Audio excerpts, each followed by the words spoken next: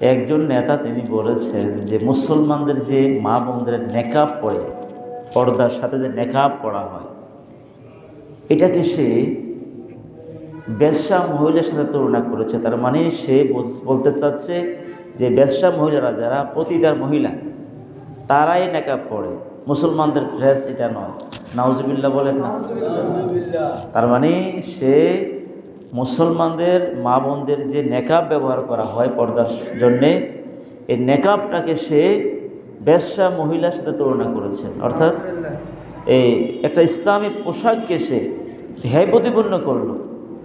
প্রিয় ভাইয়েরা, আমরা দাবি জানাবো এই সমস্ত নিকৃষ্ট কথা যে বলেছে, তার নাম সামনে দিয়ে কিন্তু মুসলমানের নাম, সে মুসলমান, লাস্টে দিয়ে আবার ঠাকুর আছে।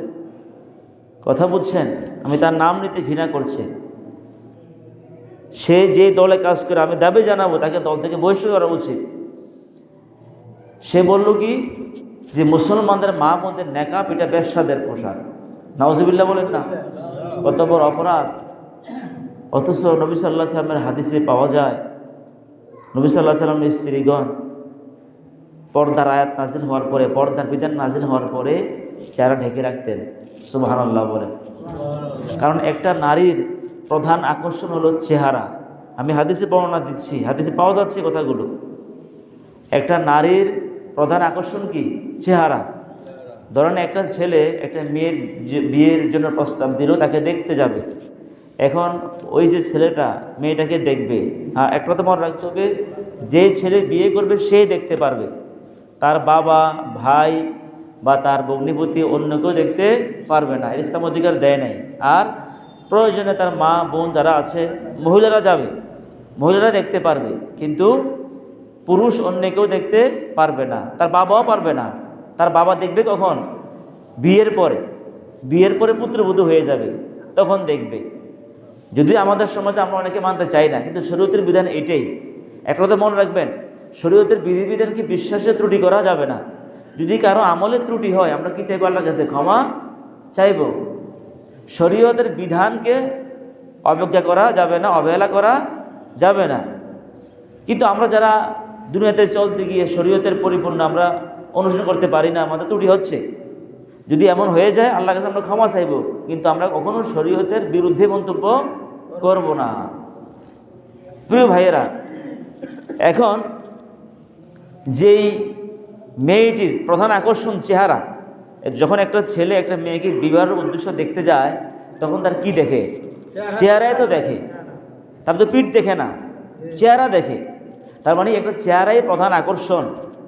অনেক সময় দেখা যায় মেয়েটা একেবারে সুপরিষ্কার সুন্দরী, কিন্তু হয়তো চেহারাটা তো ভালো না। এবং হতে পারে না, হতে পারে। আবার দেখা যায় মেয়েটা তো শ্যামবর্ণ, কিন্তু চেহারাটা খুবই সুন্দর। এই জন্য নারীদের প্রধান আকর্ষণ কি? চেহারা। চেহারা দিয়ে তাকে প্রথম মাপা হয়, তার রূপটা। দেখুন, এই চেহারা ঢেকে রাখতে হবে কিনা, প্রথম কথা মনে রাখতে হবে, একটা হচ্ছে হিজাব, আর একটা হচ্ছে চতর। নারীদের এই চেহারা চতর না, এই চেহারা কি না? চতর না। কিন্তু এই চেহারা হিজাবের অন্তর্ভুক্ত।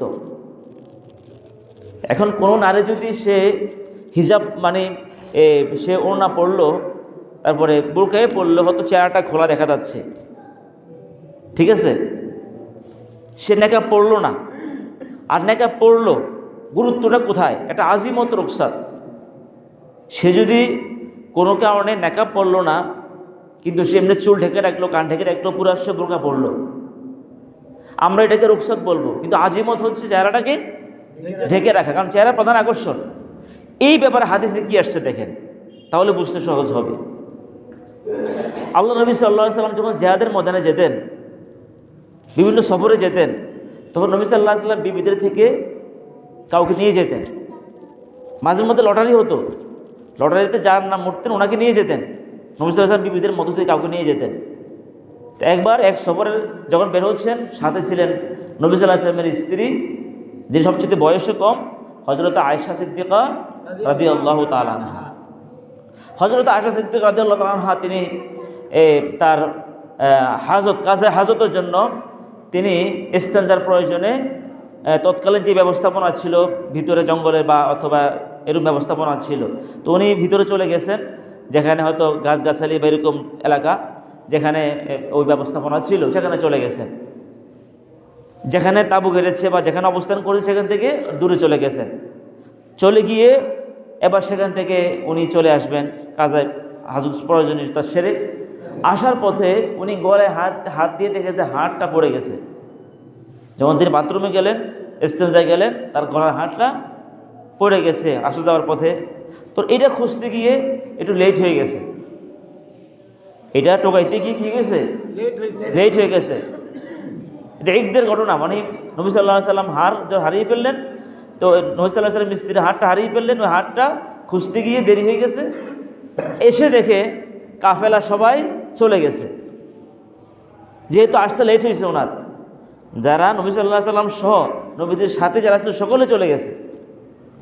চলে যাওয়ার পরে নবী সাল্লাল্লাহু আলাইহি সাল্লাম সিস্টেম ছিল যে পরবর্তীতে একজন দায়িত্ব দেন, সবাই চলে যাওয়ার পরে এলাকা ঘুরে ঘুরে দেখে কোনো কিছু ফেলে গেল কিনা, নবীজি এটা সুন্নাহ ছিল। তো যেই সাহাবীরা নবী সাল্লাল্লাহু আলাইহি সাল্লাম যে হাউদের মধ্যে, একটা পালকির মধ্যে ওনাকে, অর্থাৎ নবী সাল্লাল্লাহু আলাইহি সাল্লামের স্ত্রী আয়েশা সিদ্দিকা রাদিয়াল্লাহু তাআলা আনহা, এটার মধ্যে ওনাকে রেখে তারা যেতেন। তো উটের পৃষ্ঠে যারা তুলছেন বা যারা কাঁধে নিয়ে তুলছেন, ওই হাউদার মধ্যে, ওই পালকির মধ্যে নবীজির স্ত্রী আছে কি না এটা তারা খেয়াল করে নাই। কারণ আমাদের মা আয়েশা সিদ্দিকা রাদিয়াল্লাহু তাআলা আনহা প্রাথমিক বয়সে একটু হালকা পাতলা ছিলেন, তো বুঝতে পারে নাই যে ভিতরে উনি আছে কি আছে না। এরা তো মনে করছে উনি তো নবীজির স্ত্রীর ভিতরে আছে, অথচ উনি কোথায় নাই, ভিতরে, উনি পালকির ভিতরে নাই, উনি তো চলে গেছে ইস্তেঞ্জার জন্যে। হাট টোকাই থেকে দেরি হচ্ছে। অনেকক্ষণ পরে এসে দেখে সব চলে গেছে।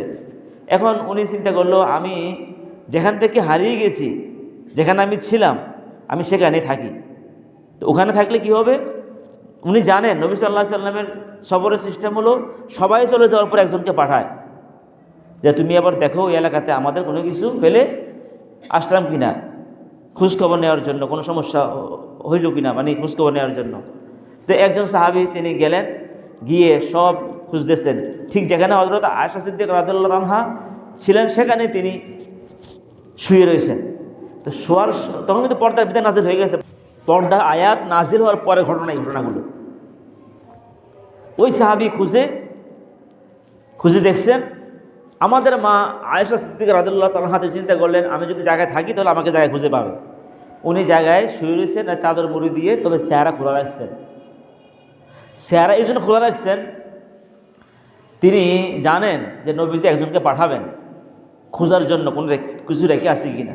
তো আমি তো রয়ে গেছি, আমাকে তো অবশ্য পাবেন। আর তিনি এটাও জানেন যে আমাকে সব সাহাবীরা আমাকে চেনেন, আমাকে দেখছেন, পর্দার বিধান আয়াতের নাজিলের আগে ওনাকে দেখছেন। তাছাড়া উনি তো হযরত আবু বকর সিদ্দিক রাদিয়াল্লাহু তাআলা আনহুর কন্যা, ওনার মেয়ে, এই জন্য সাহাবীরা ওনাকে দেখছেন। এখনও তো পর্দার আয়াত নাজিল হয়ে গেছে, ওনাকে এখন কেউ দেখতেছে না, উনি পর্দা থাকেন, কিন্তু ওনাকে চিনেন সবাই। উনি জানেন যে যিনি আসবেন তিনি অবশ্য আমাকে চিনতে পারবেন, এই জন্য তিনি চেহারা খুঁজে রাখছেন। ওই সাহাবী এসে যখন খুঁজতেছেন, হঠাৎ দেখেন নবীজির স্ত্রী আয়েশা সিদ্দিকা রাদিয়াল্লাহু তাআলা আনহা তিনি শোয়া অবস্থায় ইস্তারজা। তখন তিনি ইস্তারজা, ইন্না লিল্লাহি পড়া শুরু করলেন, ইন্না লিল্লাহি ওয়া ইন্না ইলাইহি রাজিউন। এটাকে আরবিতে ইস্তারজা বলা হয়। যখন তিনি ইন্না লিল্লাহ বললেন, তখন হযরত আয়েশা সিদ্দিকা বুঝতে পেরেছেন একজন সাহাবী আসছে আমায় খুঁজতে, উনি কণ্ঠ বুঝতে পেরেছেন। সঙ্গে সঙ্গে তিনি বলেন, খাম্মারতু ওয়াজহি, আমি এতক্ষণ চেহারা খোলা রাখছি এই জন্য, আমাকে চিনার জন্য, আমি নবীর স্ত্রী। আর সাহাবীরা আমাকে আগের থেকে চিনে, যাতে আমার চেহারা দেখে বুঝতে পারে। যখন আমাকে চিনে ফেলছেন, দেখে ফেলছেন, আমাকে দেখে ইন্নালিল্লাহ পড়ছেন, বলতেছেন নবীর স্ত্রী হয়ে গেছে, এখানে ইন্নালিল্লাহ পড়তেছেন, তখন সঙ্গে সঙ্গে তিনি খাম্মারতু ওয়াজহি, তিনি বলেন আমি আমার চেহারা ঢেকে ফেলেছি, যেরকম সুবহানাল্লাহ। তো এর দ্বারা কি বুঝলেন যে নবীদের স্ত্রীগণ চেহারা কি রাখতেন, ঢেকে রাখতেন, নেকাব থাকতো চেহারার মধ্যে। সুতরাং যে নাফরমান, যে নেতা বলেছে যে এই নেকাব বা চেহারা ঢেকে রাখা নারী এটা বেশ্যাদের পোশাক, আমি মনে করি সে মানবতার দুশমন, মা বন্ধুর দুশমন, ইসলামের দুশমন। কথা ঠিক কিনা? আমরা তার বিচার দাবি জানাচ্ছি যে আল্লাহর বিধান পর্দা নিজে ব্যঙ্গ করলো। প্রিয় ভাইয়েরা, এখন কোনো মহিলা যদি নেকাব বোরকা পরে চুরি করে, ধরেন আমাদের মসজিদে জুতা চুরি হয় না? কি জুতা চুরি হয় না? বিভিন্ন জায়গায় জুতা চুরি হয়। আপনারা কি বলবেন মুসল্লি জুতা চুরি করছে? না, মুসল্লি জুতা চুরি করে না, সুরে মুসল্লির বেশ ধরছে। ঠিক কিনা? সুরে কার বেশ ধরছে? সুরে মুসল্লির বেশ ধরছে। মুসল্লি শুরুতে টুপি পাঞ্জাবি বইরা মসজিদে জুতা চুরি করতে আসছে। কারণ সুরে যদি যে অমুসলিমের মতো বেশ ধরে আসে তাহলে চিনে ফেলবে। সুরে মুসল্লির বেশ ধরছে। আপনি কি কথা বলবেন যে একজন ফাঁকা মুসল্লি, একজন খাঁটি মুসল্লি সে চুরি করছে? না, হয়তো এমন হতে পারে, কোনো সময় এমন হতে পারে ভুলে জুতা পাল্টিয়ে যেটা হতে পারে, কিন্তু চুরি করতে কোনো মুসল্লি আসে না। সুর কার বেশ ধরে? মুসল্লির বেশ ধরে। আরেক কাহিনী আপনাদেরকে বলি। আমার মাদ্রাসার পাশে বাজার আছে, একবারিয়া বাজার বরুড়াতে। তা আমি যখন বের হচ্ছি, একজন বলল, হুজুর দেখেন দেখেন, বোরকা পরা মহিলা চুরি করছে, স্বর্ণকার দোকানে ঢুকছে, ঢুকে স্বর্ণ চুরি করছে, এরকম নেকাব পড়া বা বোরকা পড়া। তা আমি বললাম যে ভাই, বোরকা পড়া মহিলা চুরি করে না, সুরে বোরকা পড়ছে। কি বলছি? সুরনি। মহিলাটা কি বলা হয়? সুরনি। মানে মহিলা সুরে কি পড়ছে?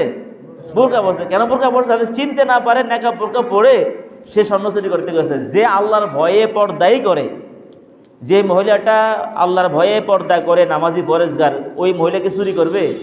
সে আরো বললেও তো কি করবে না, চুরি করবে না। মানে সুরনি মহিলা কি পড়ছে? সে বোরকা পড়ছে। কথা কোন ঠিক কিনা? এটা কি বোরকার দোষ নাকি ওই মানুষটার দোষ? ওই মহিলার দোষ। যে মুসল্লির বেশে চুরি করতে আসলে কি নামাজের দোষ? সেটা নামাজের মুসল্লির ভেষ ধরেছে, সে মুসল্লির ভেষ ধরেছে, সে হল মূলত চোর, রূপ নিছে মুসল্লির। এটা তো মুসলমানদের পোশাকের দোষ না। কথা কোন ঠিক কিনা? এখন যদি কোনো বেশ্যা মহিলা, পতিতা মহিলা দেখা যায় যে তাকে চিনতে না পারে, সে যেন কোনো পরিচিত লোক চিনতে না পারে, সে বিভিন্ন হোটেলে পতিতালয় যাচ্ছে, পসকটারে যাচ্ছে, সে বোরকা নেকাব পড়ে। তো এটা কি মূলত বোরকার দোষ নাকি ওই মহিলার চরিত্রের দোষ? চরিত্রের দোষ। কথা কোন ঠিক কিনা? দেখবেন বেশিরভাগ প্রতারকগুলো আছে না, দাড়ি রাখে, টুপি রাখে। ওই একতে যখন 5ই আগস্টের পরে ক্লিন শেভ করে ফেলছে, একবারে চুল দাড়ি ফালাই দিছে, বাপডি চুল রাখছিল, লম্বা দাড়ি রাখছিল, একবার টুপি টাপি ফইরা একবারে মসজিদে গিয়া নামাজ টামাজ খুব সুন্দরভাবে চলছে আলেমের মতো। জিজ্ঞেস করলো, এখন তো সব কেটে ফেললা? কয় না, আমাদের পুলিশে ধরে ফেলবে, আমাকে চিনে ফেলবে, এই জন্য সে পুলিশের ভয়ে, নিজেকে বাঁচানোর জন্য, গ্রেপ্তারের ভয়ে রাখছে দাড়ি আর টুপি দিছে, দাড়ি রাখছে, মসজিদে ঢুকছে। বুঝা গেল সে আল্লাহর জন্য কি রাখে নাই? দাড়ি রাখে নাই, টুপি পরে নাই, পাঞ্জাবি গায়ে দেয় নাই। সে পুলিশের ভয়ে লুকে লুকে ছিল। পরে যখন 5ই আগস্ট হয়ে গেল, যখন তার সুবিধা হয়েছে, এখন সে এখন আর ওপেন চলতে পারতেছে, এখন আবার ক্লিন শেভ করে ফেলছে। নাউজুবিল্লাহ বলেন না? তাহলে তার দাড়িকে মূলত আল্লাহর জন্য রাখছে, সে নবী সুন্নি হিসেবে রাখছে। সে তো প্রতারক, প্রতারণা করতে রাখছে, সে বাঁচার জন্য রাখছে। মানে যে জন্যে রাখুক, আমি যে কথাটা বুঝাচ্ছি, সে মূলত আল্লাহর জন্য রাখে নাই। আল্লাহর জন্য রাখলেও দাড়ি কাটতে পারতো না, দাড়ি শেভ করতে পারতো না। প্রিয় ভাইরা, এখন কেউ দাড়ি রেখে টুপি পরে দেখবেন বেশিরভাগ প্রতারকরা দাড়ি টুপি রাখে। ওই দিন আমাকে দেখালো আমার এক কলিগ যে ওনার ছেলেকে বিদেশে নিয়ে যাবে। এখন ভিসা দিবে, স্টুডেন্ট ভিসা, ভালো একটা অবস্থানে ইউরোপে যাবে। এখন যেই প্রতারকে এই ভিসা দিচ্ছে বা এই কাজগুলো করবে, সে নিয়ে যাবে। সে মাশাআল্লাহ কি সুন্দর টুপি, দাড়ি, কি সুন্দর দাড়ি, মানে আপনি দেখলে মনে হয় যেন কোন মসজিদের খতিব হবে উনি। কথা বুঝছেন? এত চমৎকার চেহারা। পরে সে কিন্তু টাকাটা নিয়ে শেষ পর্যন্ত মাইর দিয়ে দিছে। পরে আমার বলে, হুজুর আপনি একটা ফোন দেখি। তখন আমার যে ইমুতে নাম্বার আসছে, হোয়াটসঅ্যাপে তার যে নাম্বার ছবি আছে, ছবি দেখা যায় সে মনোজন আল্লাহর ওলি। কি সুন্দর চেহারা, দাড়ি, টুপি, আসলে এক নম্বর প্রতারক। এখন প্রতারক যদি নবী সুন্নাহ রাখিয়া দাড়ি দিয়া টুপি ওই প্রতারণা করে, এটা কি নবী সুন্নাহর দোষ নাকি সে প্রতারকের দোষ? সে প্রতারক, সে তো তার দোষ এটা। এই জন্য যত প্রতারক আছে দেখবেন ভালো শুরুতে করে, কারণ সে যদি বড় মুছ রাখিয়া এইভাবে দাড়িটা শেভ করা থাকতো, টুপি না থাকতো, তা সে তো বুঝতে পারতো যে তেমন প্রতারক হতে পারে। এখন এমন শুরু দিছে যাতে বুঝতে কি হয়, সহজ হয় যে লোকটা আসলে ভালো মানুষ। প্রকৃত কি না ভালো মানুষ না। প্রিয় ভাইয়েরা, প্রিয় বন্ধুগণ, এখন যেই নাফরমান বলল যে নেকাব পড়া নারীদেরকে সে পতিতার সাথে তুলনা করলো, যে নেকাব পতিতা মহিলারা মুসলমানদের নেকাব মুসলমানদের পর্দার মুসলমানদের পোশাক না, এই নিয়ে মন্তব্য করলো। আমরা দাবি জানাবো এই নাফরমান তাকে উপযুক্ত বিচার করতে হবে। কথা ঠিক কি না? সে ইসলামী পোশাক নিয়ে সে মন্তব্য করেছে, খারাপ নিকৃষ্ট ভাষায় কথা বলেছে সে। প্রিয় বন্ধুগণ, তারপর দেখেন আরেকটা হাদিস বলতেছি, নবী সাল্লাল্লাহু আলাইহি সাল্লাম একদিন ওনার ঘরের সামনে বসা আছেন, নবীদের বিবিগণ সামনে আছেন, কাছে আছেন। ইজ আকবালা ইবনে উম্মে মাকতুম, অন্ধ সাহাবী উম্মে মাকতুম তিনি আসলেন। আসার পরে আল্লাহর হাবিব বলেছেন ইহতাজিবা মিনহু ওয়া উম্মে সালমা মাইমুনা। নবীজির দুজন স্ত্রীর সাথে ছিলেন উম্মে সালমা মাইমুনা। বলছেন উম্মে সালমা মাইমুনা তোমরা ভিতরে চলে যাও, আমার সাহাবী উম্মে মাকতুম আসতেছে, অন্ধ সাহাবী। হযরত উম্মে সালমা রাদিয়াল্লাহু তাআলা আনহা তিনি একটু বুদ্ধিমতী ছিলেন, চতুর ছিলেন। হযরত উম্মে সালমা বলছেন যে হুজুর, আপনার যে সাহাবী আসছে তো অন্ধ, লা ইউবসিরুনা, সে তো আমাদেরকে দেখবে না, তো কি হয়েছে আমরা থাকি এখানে, আপনাদের কথা বলবেন, আমরা এখানে চুপ থাকবো, সুবিধা কি? নবী সাল্লাল্লাহু আলাইহি সাল্লাম একটা ধমক দিছে, আপা আমি আওয়ানে আনতুমা, আরে তোমরা অন্ধ নাকি, যাও ভিতরে যাও। নবীজির ধমক খেয়ে নবীজির দুই স্ত্রী উম্মে সালমা মাইমুনা দৌড়ে ঘরে চলে গেছেন। আল্লাহু আকবার বলেন না? আচ্ছা আপনারা বলেন, নবী সাল্লাল্লাহু আলাইহি সাল্লামের স্ত্রীগণের এই প্রশ্ন দেখে আমরা কি পাচ্ছি? দেখেন, প্রথম হচ্ছে নবী সাল্লাল্লাহু আলাইহি সাল্লামের স্ত্রীগণের দেহের মধ্যে পোশাক ছিল না? নিশ্চয় ছিল। তাহলে কি খোলা ছিল? চেহারা খোলা ছিল। এমনি তো জামা কাপড় ছিল, কাপড় তো ছিল, চেহারা খোলা ছিল। তাহলে দেখলে কি দেখতো? চেহারা দেখতো। বলেন না, দেখতে কি দেখতো? চেহারা দেখতো। তো নবী সাল্লাল্লাহু আলাইহি সাল্লাম জানতেন না যে আমার স্ত্রীর চেহারা দেখবো, সুবিধা কি? জানতেন না এটা? যদি দেখতেন, বলছে ভিতরে চলে যাও, দেখলে কি দেখতো? চেহারা দেখতো। তো এর বেশি দেখার সুযোগ ছিল না। তাহলে বোঝা গেল বিনা কারণে একজন নারী পরপুরুষকে দেখানো নিষেধ। হ্যাঁ, মামলা মোকদ্দমা সাক্ষী দিবে তখন দেখাতে হবে, যখন সাক্ষী হবে চেহারা দেখাতে হবে না? দেখাতে হবে। অথবা চিকিৎসার জন্য, বা এমন দেশে বসবাস করে চেহারা ঢাকা যায় না। পৃথিবীর বিভিন্ন দেশ আছে জুলুমের শিকার মুসলমানেরা, সেখানে পর্দা করলেই সন্দেহ করে মুসলমান হিসাবে মুসলমান নির্যাতন করে, এমন সমস্যা হতে পারে। পৃথিবীর এমন দেশ আছে সেখানে মুসলমান দাঁড়িয়ে রাখতে পারে না, টুপি পরতে পারে না, ইসলামের ড্রেস পরতে পারে না, তখন তাদের মতো করে চলে গোপন গোপন নামাজ রোজা করতে হয়। আছে না ভাই? আছে না? সানা তো বিভিন্ন রাজ্যে আছে, আমি তো খোঁজ পেয়েছি, বিভিন্ন সময় জুলুমের কথা আমরা শুনি। প্রিয় ভাইয়েরা, এখন নবী সাল্লাল্লাহু আলাইহি সাল্লামের স্ত্রীগুলো দেখলে চেহারা দেখতো, নাম্বার এক। দ্বিতীয়ত, নবী সাল্লাল্লাহু আলাইহি সাল্লামের স্ত্রীগণ ছিলেন বড় বড় আলেমা। সুবহানাল্লাহ বলেন না? আমরা তো হাদিস শিখতেছি কিতাব পড়ে, আর নবী সাল্লাল্লাহু আলাইহি সাল্লামের স্ত্রীগণ হাদিস শিখছে সরাসরি নবীর জবান থেকে। সুবহানাল্লাহ বলেন? যিনি শ্রেষ্ঠ উস্তাদ, বরিষ্ঠ মুআল্লামা, নবীজি বলছেন আমি শিক্ষক এই দুনিয়াতে আসছি। নবীজির উস্তাদ সরাসরি কে?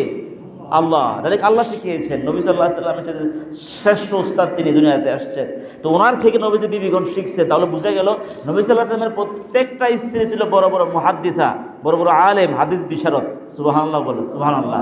তো উম্মে সালমা রাদিয়াল্লাহু তাআলা আনহা তিনিও একজন হাদিস বিশারদ, ওনার থেকে বহু হাদিস বর্ণনা আছে। উনি একজন বড় আলেমা ছিলেন। তাহলে উনি যে বলছেন যে উনি অন্ধ, তার দেখলে কি দেখতো? চেহারা দেখতো। তাহলে এটা একটা যে পরপুরুষকে বিনা কারণে চেহারা দেখানো যাবে না।